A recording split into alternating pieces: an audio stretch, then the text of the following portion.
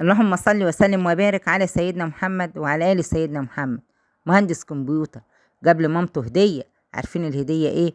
بس قبل ما نبدأ صل على الحبيب قلبك يطيب. جاب لها الهدية كانت موبايل، وهي على قد حالها في التعليم، فكانت كل شوية تسأل عن حاجات في الموبايل ويشرحها لها تعملها ازاي، زي ازاي تعمل رسالة صوتية، ازاي تظبط المنبه، وهكذا. المهم كان دايما بيجاوبها، بس وصل لمرحلة لما الأسئلة بدأت تتكرر زهق وبدأ يتعصب وكده، لحد ما في مرة أبوه جاب الموبايل وكسره قدامه علشان بيزعق لأمه، ونزل أبوه جاب موبايل لأمه غيره وبدأ هو يعلمها فيه على قده. عدى الموقف واتنسى، وبرضه الولد اعتذر لأمه وصالحها وعلمها وكله تمام.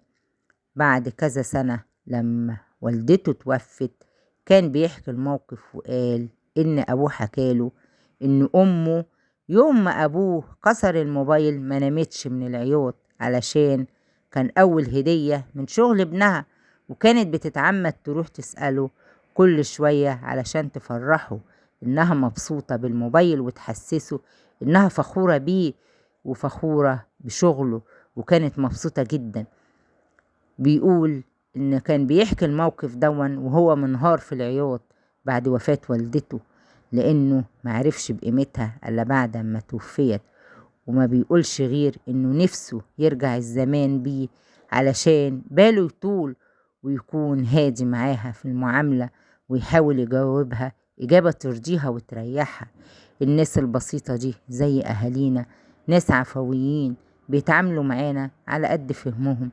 اتعلموا الصبر عليهم، ما تسخفوش من الأمور اللي هم مفتكرينها إن هي أمور عظيمة، حقهم علينا نستحملهم أيا كان أسلوبهم مش متماشي معانا أو أسلوب قديم. أفتكر كلمة يعني عمي الكبير قالها زمان ربنا يرحمه. قال لي في يوم كنت مزعلة أمي وبجد ما كنتش، يعني يوميها أنا غلطانة.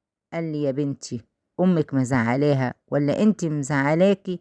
وأمك مزعلاها ولا هي مزعلاكي؟ أنت اللي تروحي تصلحيها، مش هي اللي هتجيلك. ربنا يرحمهم أهالينا ويحفظ العايشين منهم ويبارك في عمرهم يا رب العالمين. ولايك وشير لو بتحبوا الخير.